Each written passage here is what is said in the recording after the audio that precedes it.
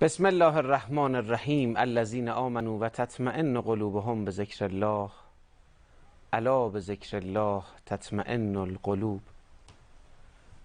اللهم کل ولیک الحجة ابن الحسن صلواتک علیه و علی آبائه فی هذه الساعة و فی کل ساعة ولیا و حافظا و قائدا و ناصرا و دلیلا و عینا حتی تسکنه ارضک طوعا و تمتعه فیها طویلا. سلام خدا بر پیامبر رحمت و خاندان مطهر و پاکشون. اللهم صل علی محمد و آل محمد و عجل فرجهم. سلام خدا بر امام مهدی عجل الله تعالی فرجه الشریف. سلام خدا بر همه منتظران و دلدادگان و پیروان حضرتشون. سلام خدا بر اهالی ارجمند یاد خدا. وقتتون بخیر. آدینه خوبی رو انشالله پشت سر گذاشته باشید. با افتخار محضر سرور ارجمندم جناب حجت الاسلام و المسلمین حاج آقای حیدری کاشانی عزیز عرض سلام و خوش آمد دارم.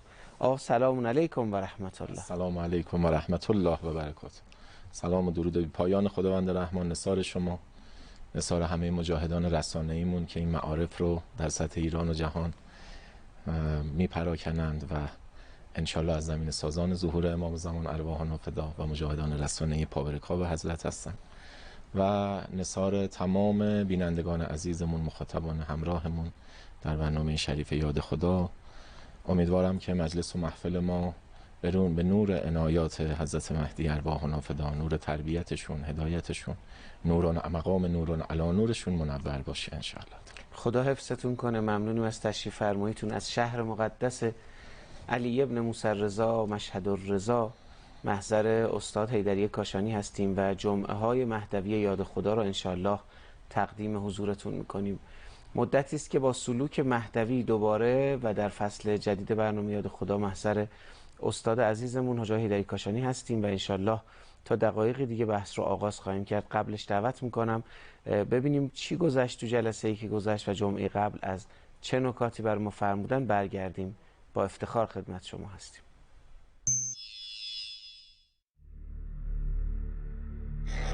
چطور می شود که یک امتی که اولین حکومت دینی و الهی و توحیدی در عالم به واسطه حضرت موسی کلیم الله پیامبر اولوالعزم الهی با چه مشقاتی، با چه زحمتهایی، با چه زجرهایی که بنی اسرائیل کشیده، فرعونی که انا ربکم الاعلی میگه چه فرزندانی از اینها رو کشته، چه نسل کشی کرده، چگونه اینها رو مورد ظلم قرار داده، اینها به استغاثه اضطرار افتادن، پیامبر موعودشون رو خدا رسونده. حالا اولین حکومت دینی و قدرت دینی توی عالم شکل گرفته. یه مرتبه حضرت 10 روز دیرتر میشه اومدنشون، اونم به خاطر اینکه خدا میخواد امتحان کنه امت رو. میبینن امتشون از اوج خداپرستی رسیدن به حضیض گوساله پرستی. 70,000 نفر دارن دور گوساله طلایی طواف میکنن، در مقابل گوساله سجده میکنن. سامری اینها رو برده به گوساله پرستی، از خداپرستی به گوساله پرستی. خب شما در 3 تا شخصیت 90 ساله رو در نظر بگیرید در کوفه سال 61 هجری. یکی همین سلیمان ابن سرده، یکی شریح قاضیه، یکی هانی ابن عروه است. هر کدام هم سوابق درخشانی دارن، از صحابه رسول خدا بودن، فقیهن، دینشناسن، صاحب فتواهن، مرجعن، به حساب مرجع دینی سیاسی شیعیان هستن. خود شریح قاضی القضات منصوب از جانب امیرالمومنین به پیشنهاد ملک اشتره. سلیمان ابن سرد فرمانده پیاده نظام سپاه امام علی علیه السلام. هانی ابن عروه نوسل از فقیه بزرگ، میگه اشاره میکرد 4,000 نفر سواره، 8,000 پیاده پابرکابش بودن. 30,000 نفر هم پیمان داشت توی قبایل عرب، بزرگ و سرشناس و فقیه سرشناس. اینها ببینید نمره قبولی و مردودی که گرفتن در امتحان نیابت مشخص شد. با نور نائب الامام امتحان شدن، با نور مسلم ابن عقیل که از سنخ نور ولایت و امامت امتحان شدن.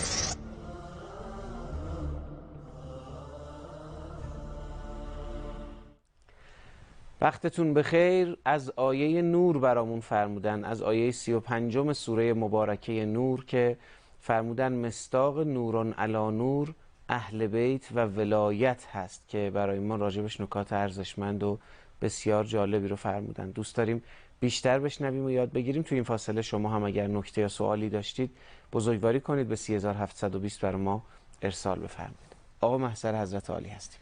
نور علی نور یهدی الله لنوره من یشاء. امام بعد امام یهدی الله به نور ولایت الامام من یشاء. با نور ولایت امام هست که هدایت صورت میپذیره. اگر نور ولایت امام برگزیده از جانب الله نباشد چیزی جز ضلالت نخواهد بود. نور علی نور، امام منها بعد امام، امامی بعد از امام، امامان معصومی که از جانب رسول خدا منتسب از جانب الله جل جلاله هستند. اینها طلایه داران هدایت و تربیت در عالمند. مصداق نورالله که حدیثی داریم از نبی مکرم اسلام حضرت محمد ابن عبدالله صلی الله علیه و آله و سلم میفرمایند یا علی، خطاب به امیرالمؤمنین حضرت علی ابن ابی طالب، یا علی انا و انت من نور الله و شیعتنا من نورنا. میفرماید من و تو از نور خدا هستیم، شیعیان ما، پیروان ما از نور ما. یعنی ما متصل در مقام شیعگی و پیروی متصل به نور ولایت و امامتی میشویم که طبق آیه نور مثال نور الله، مثل نورهی کمشکات فیها مصباح. نورهی، نور خدا. مثل نور الله میشه مشکات که مشکات وجود حضرت زهرا سلام الله علیها، مصباح امام حسن و امام حسین علیهم السلام که نور ولایت و امامت از اونها در تا از ولایت علوی تا ولایت مهدوی، از ولایت حسنی و حسینی تا ولایت مهدوی در حقیقت در ظرف وجودی حضرت زهرا سلام الله علیها به منصه ظهور و بروز و تجلی و نور افشانی در عالم وجود میرسه. از قطعیات احادیث پیامبر و اهل بیت عصمت و طهارت تطبیق مثال نور خدا، تمثل نور خدا بر وجود حضرت صدیقه طاهره و امامان معصوم از نسل او تا میرسه به نور علی نور که امام منها بعد امامه. حالا تمام پیام این آیه اینه که برای رسیدن به هدایت، به سعادت، به ابدیت، به آخرت، به جاودانگی، به بهشت رضوان حق که این چند روزه دنیا اصلا آمدیم تا امتحان بندگی بدیم دیگه. الذی خلق الموت والحیات لیبلوکم ایکم احسن عملا. خدایی که مرگ رو آفرید، همینجا یه نکته خیلی لطیف قرآنی است، میفرماید مرگ رو آفرید. پس معلومه مرگ یک امر عدمی نیست که انسان نابود بشه، تمام بشه، عدم بشه. یک امر وجودیه، حرکت درش هست، مهاجرت درش هست. اون مهاجرت الله ما یک عقبه ای داره که از دنیا میریم به عوالم بالاتر، این اسمش مرگ نامیده شده. پس چون یک انتقال است، یک حرکت، امر وجودیه، خدا آفریده مرگ رو. حالا بحث مرگ شناسی، معاد باوری، اینها چقدر لازم و ضروری مهاجرت الله هست، اون در جای خودش انشاءالله باذن الله عنایت امام زمان بس. مرگ رو آفرید، حیات زندگی دنیوی رو هم آفرید تا بیازماید که کدامی که از شما عملتون بهتره، نمره قبولیه در عمل. که در اینجا با تلفیق آیه نور به این نتیجه میرسیم که اصلا خداوند عالم انسان رو میاره توی حیات دنیوی در دنیا تا در تلاقی با نور علی نور مورد امتحان قرار بگیره که چقدر قدر نور وجودش رو، نور روح الله رو که نفخت فیه من روحی، از روح خدا که از سنخ نور الله نور السماوات و الارض، از روح خدا در ما دمیده شده، یعنی از نور خدا در ما دمیده شده. چقدر شکران این نور رو به جا میاریم، چقدر قدر شناس ارزش وجودی ناب خودمون هستیم و در چه افقی معنا میکنیم ارزش وجودی خودمون رو. در تلاقی نور علی نور که نور نبوت هست، نور ولایت هست، نور امامت هست، نور مهدویت هست، ما چقدر این پروانه وجودمون رو قدر میدونیم، آزاد میکنیم تا عاشقانه برسه به نور ولایت و امامت و با نور علی نور، با سرعت نور ما به مقصد اصلی خودمون که لقاء الله، بهشت رضوان، دارالقرار، دارالسلام و نهایت درجه بهجت ها، لذت ها، عافیت ها، سلامت ها، قوت ها، برکت ها، لذت ها در افق بی نهایت، در بی نهایت، خالدین فیها ابدا، جاودانه در اون بهشت ها تا ابدیت. ذهن ما شاید یه کمی دور باشه از معنای جاودانگی و ابدیت، بی نهایت یعنی چی، اما فقط در معادلات ریاضی میدونیم یه قاعده پذیرفته شده جهانیه، هر عددی هر چند بزرگ نسبت به بی نهایت میشود صفر. دو آقا 1000 سال در دنیا عمر بکنه، نسبت به ابدیت و بی نهایت صفره. پس قدر شناسی این نور خدا و این روح خدا در وجود ما اینه که خرج این دنیای فانی نکنی، هرچند 1000 سال قرار باشه عمر بکنی، 10,000 سال، 100,000 سال قرار باشه عمر کنی، که چنین چیزی ممکن نیست.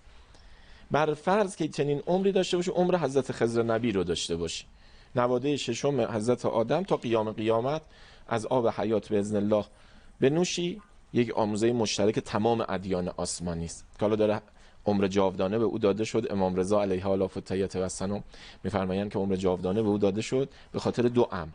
یکی این که عمر طولانی او سندی باشد و شاهدی و گواهی بر امکان طول عمر حضرت بقیت الله العظم مولای ما امام معصوم فدا.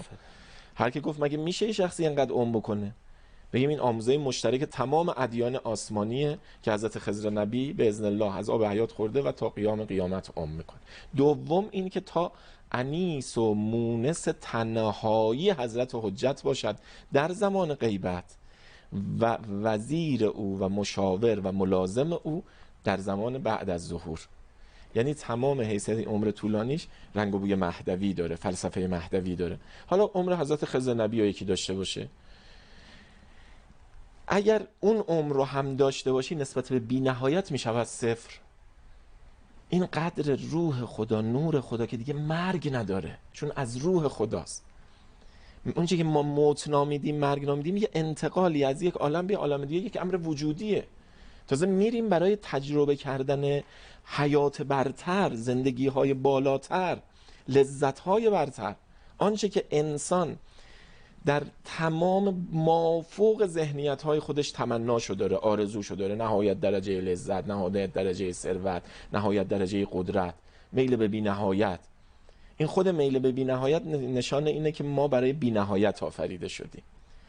یک گنجشکی یا پرنده‌ای گرفته میشه، حبس میشه توی یک قفسی، ببینیم خودشو هی به در و دیوار قفس میزنه. چرا؟ چون میدونه یه عالم برتری و گسترده تری هست.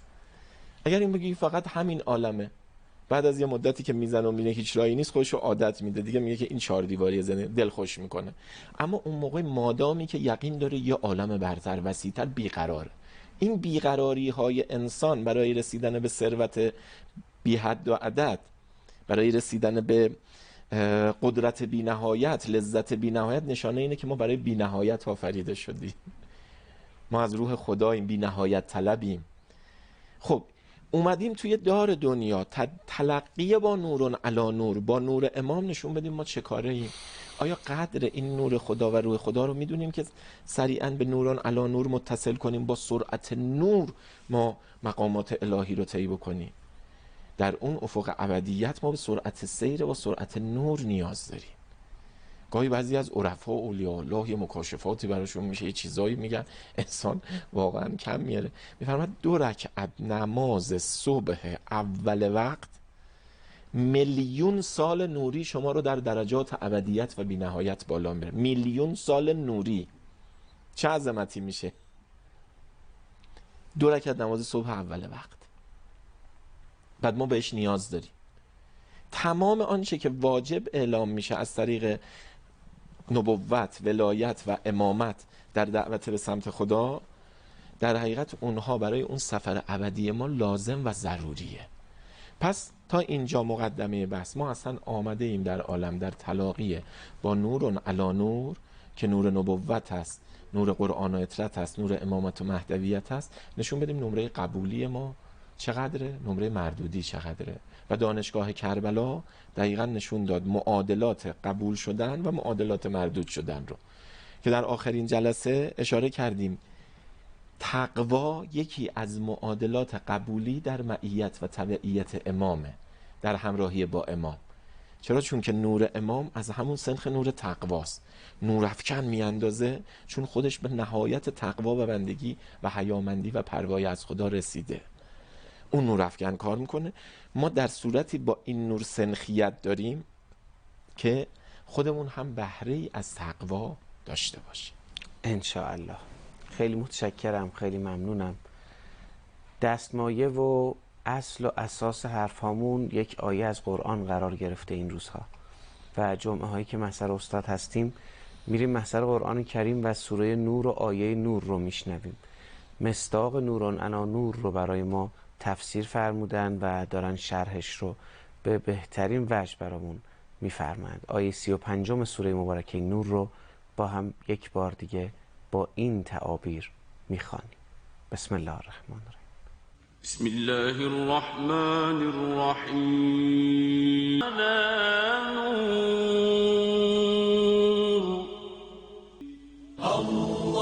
اللهم صل على محمد وآل محمد وعجل فرج آل محمد. نور علی نور یهدی الله لنوره من یشاء. نور ولایت و امامتی که میاد ما رو مهاجر الله بکنه، میاد ما رو در ففروا الله فراری بده به سمت خدا. امام معصوم هر عصر و زمانی رسالت اصلیش اینه که انسان رو هدایت کنه در مسیر فرار الله. این امام زمان ارواح و نافدا میاد تمام مردم جهان رو فراری بده به سمت خدا. اینه که امام معصوم هر عصر و زمانی اصلا اساسا خودیتی ندارد، منیتی ندارد، جلوه تام و تمام نور خداست، اصلا منیت و خودیتی ندارد که تا بخواد برسه نوبت به اینکه دعوت به خود داشته باشه.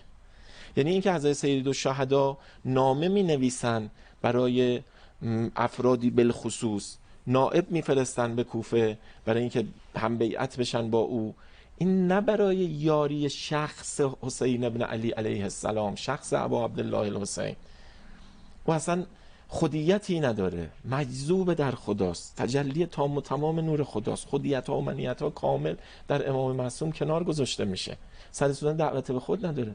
چون میخواد با سرعت نور ما رو مهاجر الله کند، فراری بده به سمت خدا، رسالتش اینه که از ما دستگیری بکنه و معادلش اینه که ما دعوت بشیم به یاری دین خدا، به یاری دین خدا.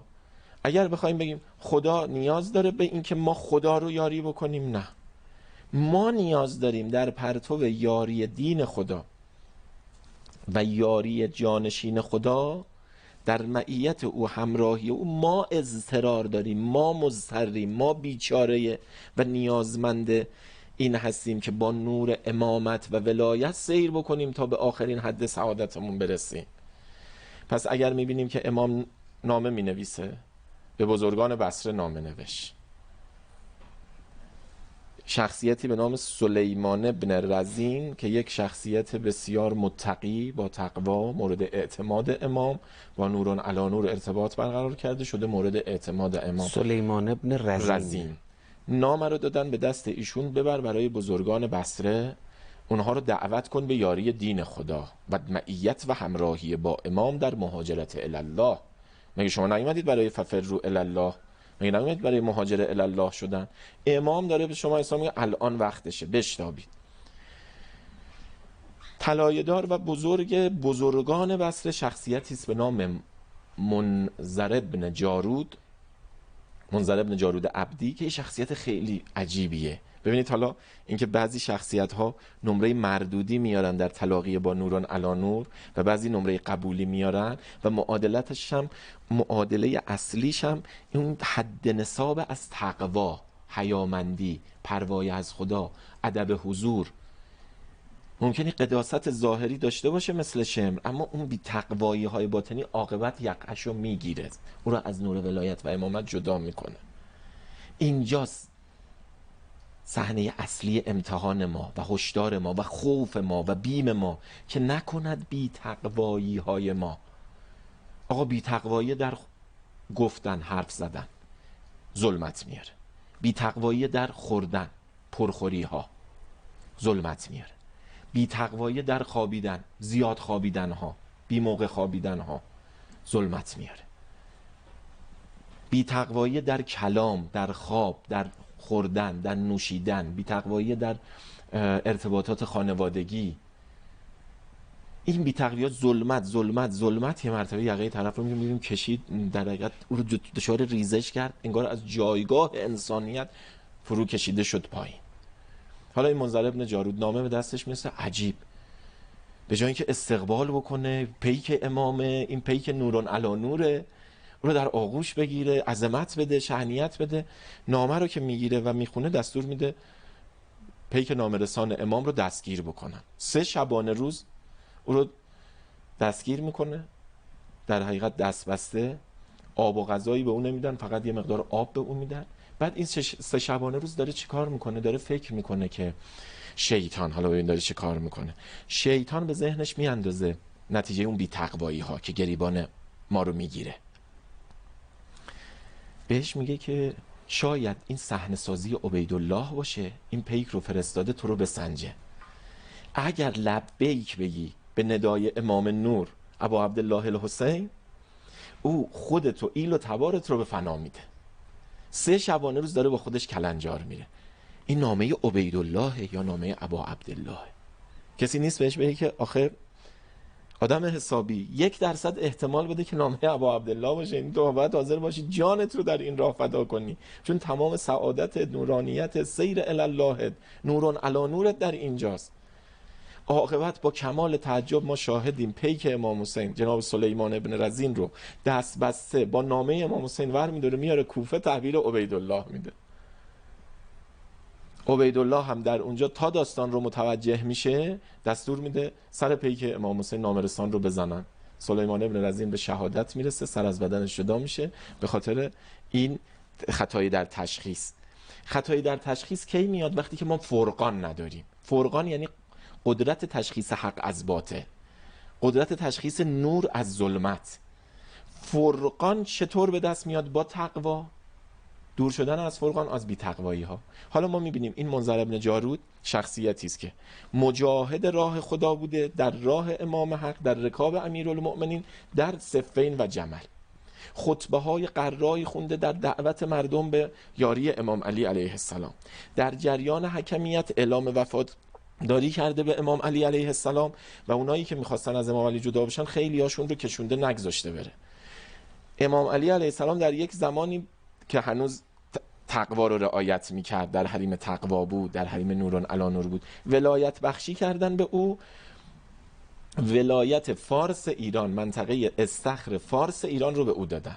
اما ایشون مثل خیلی از مسئولانی که ما در انقلاب تجربه کردیم وقتی بر اریکه قدرت نشستن، او تقواشون تبدیل شد به بی تقوایی ها شروع شده. جالوت هم این اتفاق افتاد براش. بله، بی تقوایی برای منذر ابن جارود تا جایی که خبر دادن به امام علی علیه السلام این بنای بر خوشگذرانی، عیش و نوش و عشرت. یعنی میشه کسی بیاد توی جریان حکمیت امیرالمؤمنین که دیگه خیلی ها جدا شدن، یعنی واقعا باید گفت خلص افراد ماندن، وفادار، این منذر ابن جالوت اونجا رو موند اما به حکومت که رسید سر سفره و عیش و نوش نتونست. و همینجا یک هشدار بسیار سنگین برای تمام مسئولانمون، دولت مردانمون، نمایندگانمون. یعنی ممکنه جبهه بری، جانباز بشی، جهاد کنی، همه کار کنی، به خداوند از سوء عاقبت ها، از عاقبت به شری ها، تا جایی که امام علی علیه السلام یک نامه تند عتاب‌آمیز به او نوشتن در نهج البلاغه هست، خطاب به منذر ابن جارود،